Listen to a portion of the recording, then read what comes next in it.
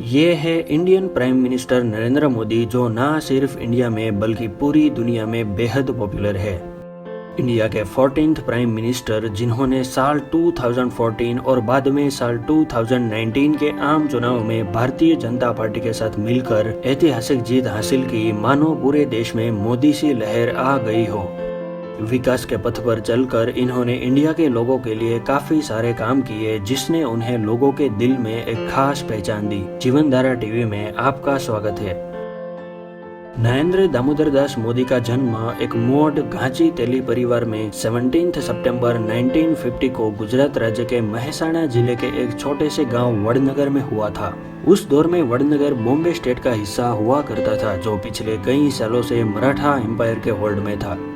नरेंद्र मोदी के परिवार की आर्थिक स्थिति शुरू से ही खराब थी। उनके पिताजी एक सड़क व्यापारी थे, जिन्होंने अपने परिवार का पालन पोषण करने के लिए काफी संघर्ष किया। मोदी जी ने बचपन में ही अपने परिवार का समर्थन करने के लिए अपने भाइयों के साथ मिलकर रेलवे स्टेशन और फिर बस टर्मिनल में चाय बेचना शुरू कर दिया। यहाँ आपको बताते चले कि नरेंद्र मोदी अपने पेरेंट्स के तीसरे संतान हैं। उनके बड़े भाई सोमा भाई मोदी स्वास्थ्य विभाग के अधिकारी रह चुके हैं। इनके दूसरे बड़े भाई अमृत मोदी एक मशीन ऑपरेटर है। इसके अलावा मोदी जी के दो छोटे भाई भी है, एक प्रहलाद मोदी जो अहमदाबाद में एक शॉप चलाते हैं, एवं दूसरे पंकज मोदी जो गांधीनगर में सूचना विभाग में क्लार्क के रूप में काम करते हैं। जब नरेंद्र मोदी 18 साल के हुए तो उनके विवाह एक 17 साल की कन्या जशोदाबेन चिमनलाल के साथ करवा दिए गए, लेकिन शादी के बाद कुछ ही दिनों के अंदर नरेंद्र मोदी ने अपना घर छोड़ दिया। बेशक उनका डाइवोर्स तो नहीं हुआ था, लेकिन यूं वो दोनों एक दूसरे से अलग हो गए। उनकी पत्नी जशोदाबेन गुजरात के एक सरकारी स्कूल में शिक्षिका के रूप में काम किया करती थी, जो अब रिटायर हो चुकी है। नरेंद्र मोदी ने अपना प्राइमरी और सेकेंडरी एजुकेशन वडनगर में ही लिया था। शादी के बाद परिवार की इकोनॉमिक कंडीशन ठीक ना होने की वजह से उन्होंने अपना घर छोड़ दिया और भारत भ्रमण शुरू कर दिया। सबसे पहले उन्होंने उत्तर भारत में स्थित ऋषिकेश एवं हिमालय जैसे स्थानों का दौरा किया। उत्तर पूर्व के हिस्सों में दौरा करने के 2 साल बाद वे वापस लौट आए और 1978 में अपनी हायर स्टडीज के लिए दिल्ली यूनिवर्सिटी और बाद में गुजरात यूनिवर्सिटी अहमदाबाद में पॉलिटिकल साइंस फील्ड में अपना एडमिशन करवाया।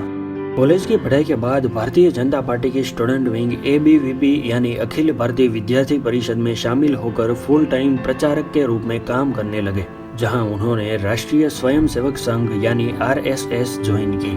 यहाँ आपको बताते चले कि साल 1975 से लेकर 1977 में तत्कालीन प्रधानमंत्री इंदिरा गांधी द्वारा लगाए गए राष्ट्रीय आपातकाल के दौरान राष्ट्रीय स्वयंसेवक संघ में प्रतिबंध लगा दिया गया था। लिहाजा मोदी जी को उस समय अंडरग्राउंड होना पड़ा और गिरफ्तारी से बचने के लिए भेष बदलकर भारत यात्रा करने के लिए मजबूर होना पड़ा। 1985 में RSS में काम करते वक्त उनको भारतीय जनता पार्टी ज्वाइन करने का आइडिया आया और फाइनली 1987 में उन्होंने बीजेपी ज्वाइन कर डाली। याद रहे उसी साल उन्हें पार्टी के गुजरात ब्रांच के महासचिव के रूप में चुना गया था। 1990 में LK आडवाणी की अयोध्या रथ यात्रा के संचालन में मदद करने के बाद पार्टी के भीतर मोदी जी की क्षमताओं को मान्यता मिली, जो उनका पहला राष्ट्रीय स्तर का राजनीतिक कार्यक्रम बन गया। उसी साल उन्होंने गुजरात विधानसभा चुनाव के बाद गुजरात में भारतीय जनता पार्टी की उपस्थिति को मजबूत करने में एक प्रमुख भूमिका निभाई थी।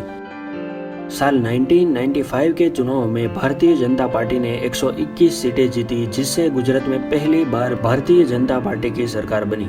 हालांकि उस दौर में पार्टी थोड़े समय के लिए ही सत्ता में रही थी, जो सितंबर 1996 में समाप्त हो गई थी। उस वक्त मोदी जी को हरियाणा और हिमाचल प्रदेश में गतिविधियों को संभालने के लिए भारतीय जनता पार्टी का राष्ट्रीय सचिव चुना गया और वे नई दिल्ली शिफ्ट हो गए।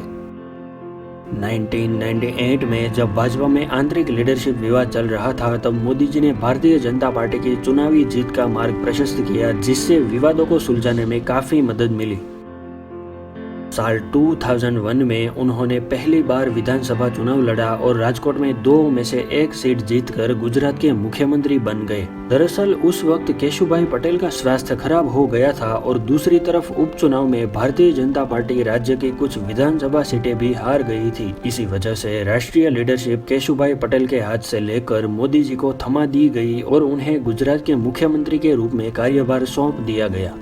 7 अक्टूबर 2001 को मोदी जी ने गुजरात के मुख्यमंत्री के रूप में शपथ ग्रहण की। इसके बाद उनकी एक के बाद एक जीत निश्चित होती चली गई। सबसे पहले उन्होंने 24 फरवरी 2002 में राजकोट के द्वितीय निर्वाचन क्षेत्र के लिए उपचुनाव जीता, जहां उन्होंने कांग्रेस के अश्विन मेहता को 14,728 वोटों से हरा डाला। लेकिन उपचुनाव जीतने के सिर्फ 3 दिन बाद गुजरात में सांप्रदायिक हिंसा का एक वाकया हुआ, जिसे आज गोधरा कांड कहा जाता है। उस समय गोधरा के पास सैकड़ों यात्री से भरी एक ट्रेन, जिसमें ज्यादातर हिंदू यात्री सवार थे, उसमें आग लगा दी गई और 58 लोगों की हत्या कर दी गई। लिहाजा गुजरात में सांप्रदायिक रूप से दंगे होने लगे, जिसमें 2000 से ज्यादा लोग अपनी जान से हाथ धो बैठे। इस घटना के आरोप बीजेपी पर लगाए गए, जिससे नरेंद्र मोदी को फौरन अपने सीएम पद से इस्तीफा देना पड़ा। यूं उनका सीएम बनना ज्यादा समय तक ना चल सका। साल 2009 में इस घटना की रिसर्च के लिए सुप्रीम कोर्ट के द्वारा एक कमेटी बनाई गई, जिसने एक रिपोर्ट पब्लिश की और कहा कि घटना के पीछे कोई भी पॉलिटिकल मकसद नहीं था। यूं अगर कहा जाए तो नरेंद्र मोदी को क्लीन चिट मिल गई और उनको दोबारा से गुजरात का सीएम बना दिया गया। यहाँ आपको बताते चले कि मुख्यमंत्री के रूप में नरेंद्र मोदी ने लगातार 2063 दिन पूरे कर दिए थे, जो सबसे अधिक दिनों तक गुजरात के मुख्यमंत्री पद को संभालने का रिकॉर्ड बन चुका था। 2012 में नरेंद्र मोदी जी का तीसरी बार मुख्यमंत्री का कार्यकाल समाप्त हुआ और फिर से गुजरात में विधानसभा चुनाव आयोजित हुए। हर साल की तरह इस साल भी मोदी जी ने जीत हासिल की और उन्हें चौथी बार गुजरात के मुख्यमंत्री का पदभार थमा दिया गया।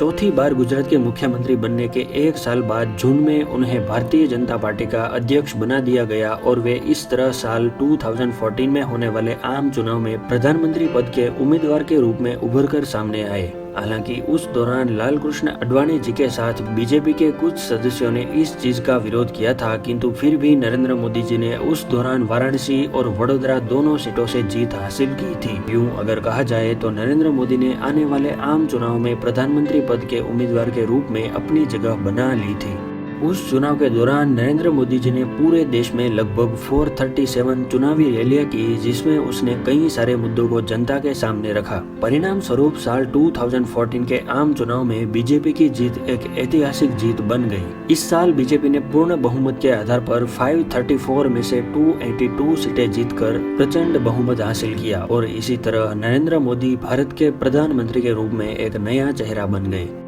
प्राइम मिनिस्टर पद की जीत हासिल करने के बाद 26 मई 2014 को नरेंद्र मोदी जी ने प्रधानमंत्री पद की शपथ ग्रहण की और इस तरह से वे देश के 14th प्राइम मिनिस्टर नियुक्त हो गए। प्राइम मिनिस्टर के रूप में मोदी जी ने भारत में कई विकास कार्य किए। उन्होंने विदेशी व्यवसायों को भारत में निवेश करने के लिए न सिर्फ प्रोत्साहित किया, बल्कि अलग अलग नियमों, परमिट्स और इंस्पेक्शन भी लागू किए, जिससे बिजनेस आसानी से ग्रो कर सके। 5 साल बाद फिर से 2019 में लोकसभा चुनाव हुए, जिसमें बीजेपी ने 303 सीट जीतकर प्रचंड बहुमत हासिल किया। इतिहास में यह पहली बार था कि किसी भी नेता ने लगातार दूसरी बार पूर्ण बहुमत के साथ इतनी बड़ी जीत हासिल की हो। इन शॉर्ट, नरेंद्र मोदी न सिर्फ इंडिया में बल्कि पूरी दुनिया में वाज़े तौर पर पॉपुलर लीडर बन चुके थे। उम्मीद करते हैं आप लोग ये वीडियो भी भरपूर लाइक और शेयर करेंगे। दोबारा मुलाकात होगी अगली शानदार वीडियो में।